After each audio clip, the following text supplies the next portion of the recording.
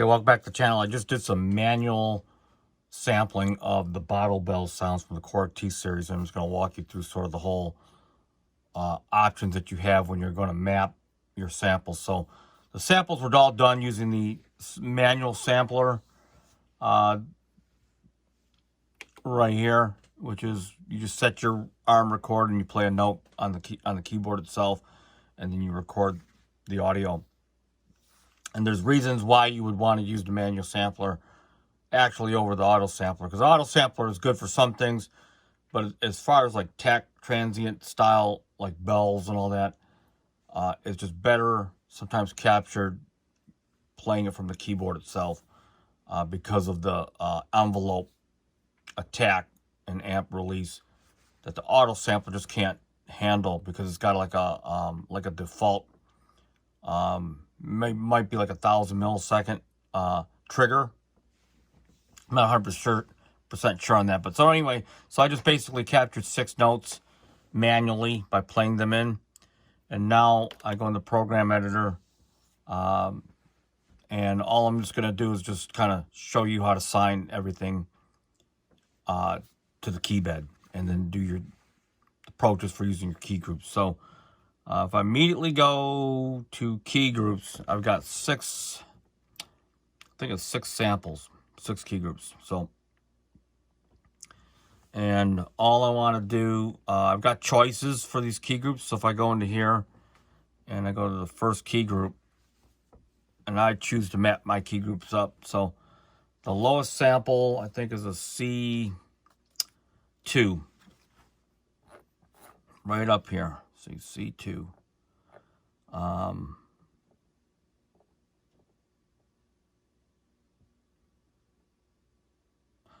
Okay, so you have choices.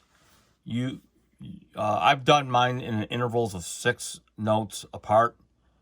So it's going to sample stretch. So the choices you actually have would be to use your key center in your key groups as the center note, and then stretch 3 chromatic notes below and 3 chromatics above. That might give you the best results. So for example, let's just look at it like this. Here's key group number 1. We'll start on C. Okay. So I can go 3 up. So that's from C, 1, 2, 3, and then 3 down. 1, 2, 3. It's really your choice to A. So A to there. And then you can go for key group number 2. You can certainly go from, let's see. Well, let's just get these out of the way for a second, so you can see it better. Only for demonstration purposes.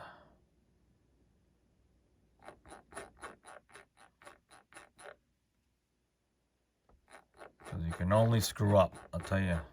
Okay, so we'll go back to key group number 2. So key group 2 could go, the center note was F sharp. 1, 2, 1, 2, 4, 5, 6. So the center note, the root note of sample, excuse me. So we'll go from E flat, 1, 2, 3, 1, 2 to A flat. And it's just your choice. 1, 1, 2, 3. Like that. Key group number 3. And go from, you kind of see the pattern, which was centered at 3. So we're going to go all the way to D again. Right. Key group number 4. And it's just about the sample stretching is really what we're looking at. And we're going to go just to A flat. Right, 1, 2, 3, up. Group 5.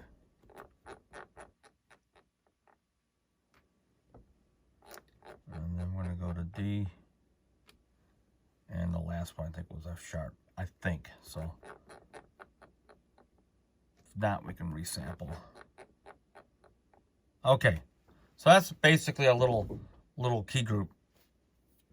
The auto sampler gives you an option to actually extend the far left and far right all the way, you know, to the ranges, and to just stretch the samples all the way, and that's an option that you don't have. You can just choose to do that manually if you want, or not do it at all. So anyway, those are my key groups. Now let's just go do our define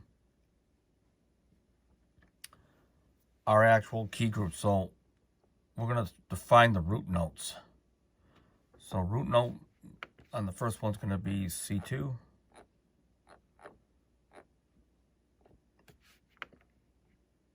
Okay. Key group number 2 is going to be F#2.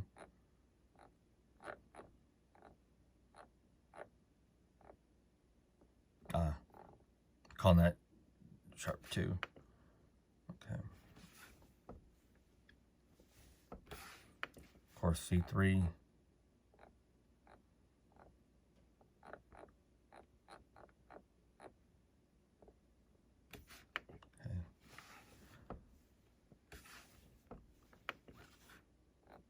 F#3, of course.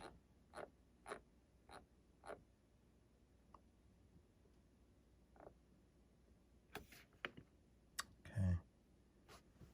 Key group 5 is C4.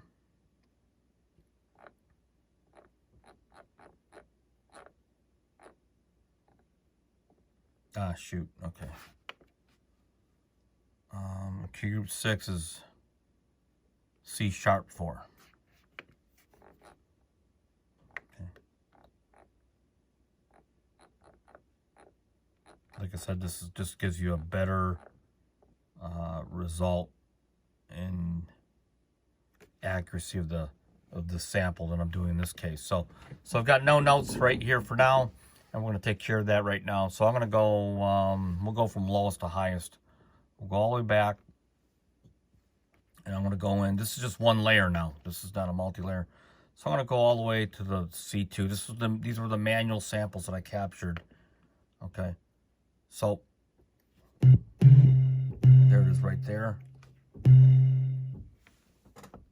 Go to F#2. So I captured 1, 2, 3, 4, 5. So I got one more key group, because C5. That's okay. So I'll do that in a minute as we go up. Okay, so C3. Okay, so we're just matching here and here. F#3.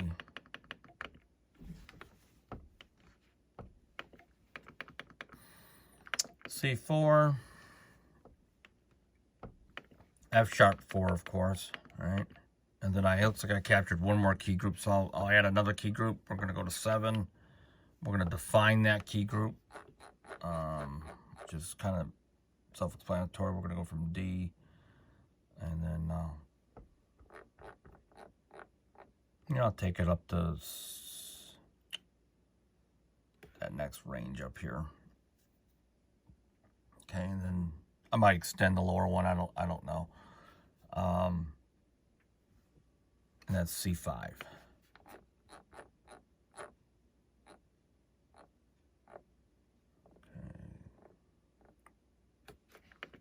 Okay, now I can assign C5 to this guy. So now let's go into the envelope, the basic envelope settings.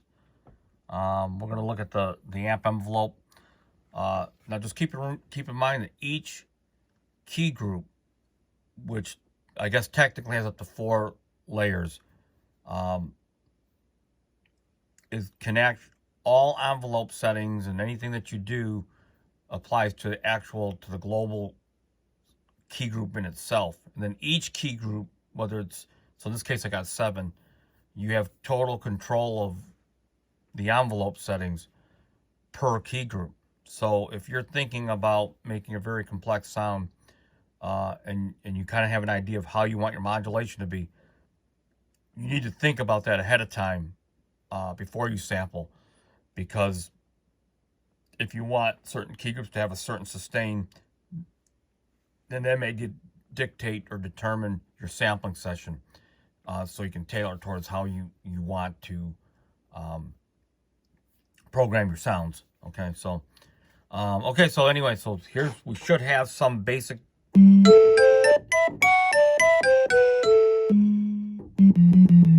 Okay, so I already can tell that I messed up on something, and it's going to be on one thing or another. So we're going to look F sharp, C5, F sharp, C3. So it's going to be the F sharp 4 sample. Let's see, where did that screw up? So we'll go to sample editor, root note, F sharp 3. Let's just do F sharp 4. I think that's it. C3. It was an F sharp 3. F sharp 3.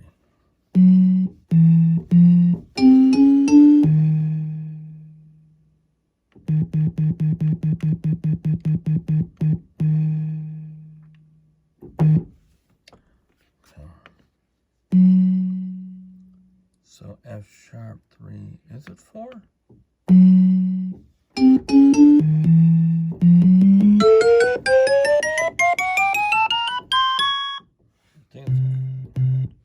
Everything is good up to there. I wonder if I labeled it wrong. So F sharp 3, so we're going to fix that in a second.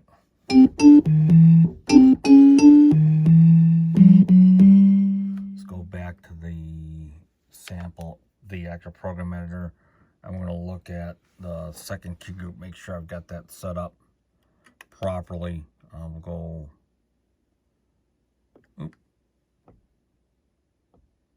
okay. That would be F sharp 3. So key group C3. I got an F sharp 2 to it, so no problem. Okay, so I can already tell the result is going to be a lot better than if you had used like the auto sampler. You get the nice attack and everything on it. So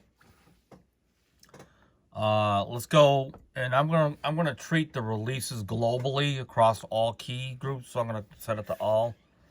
You do got to be very conscious of that, because if you have it on all and you make a change when you only want it for one key group, it'll make the change for everything. So you have to be kind of cautious about that. So let's just, and I'm just going to compare it to the real thing. Here's the real thing. Here's my sample. Pretty gosh darn close. Now we can add the effects. We'll call this bottle bells.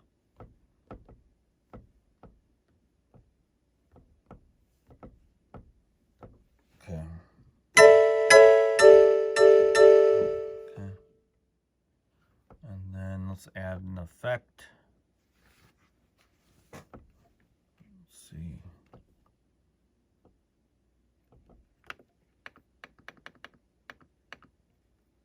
Let's see, effect brand. Got nothing in here. I guess I got nothing in here. Okay, so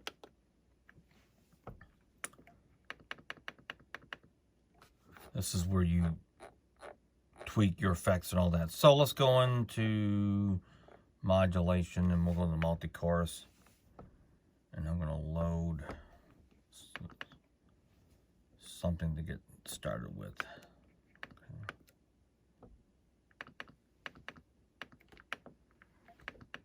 Had an effect that was really close to that.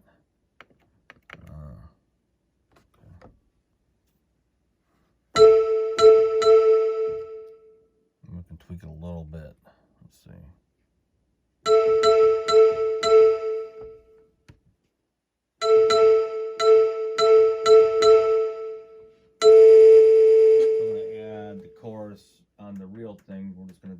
listen.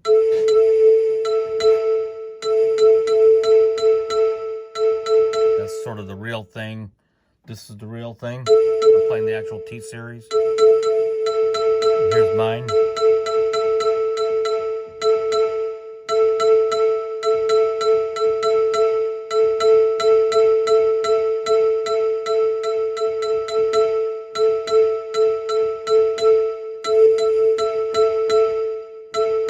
Real close.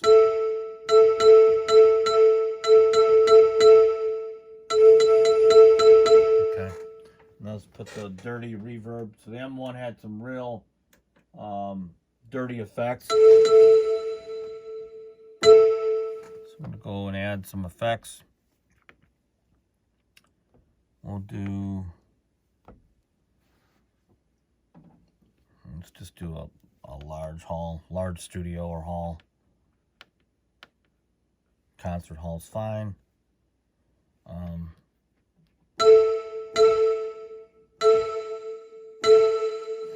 So as I use the original,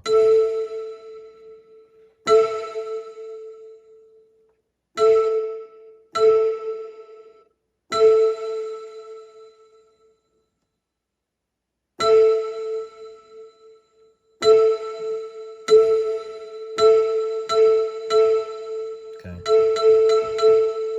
the amp envelope, perhaps go down a little bit, maybe soften it a little bit. But here we go.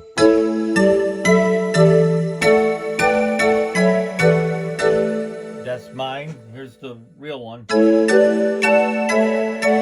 Here's mine. So hopefully this demonstration helps you out with some it's a starting point for sampling or altering your samples that you already have. So until next time, peace out.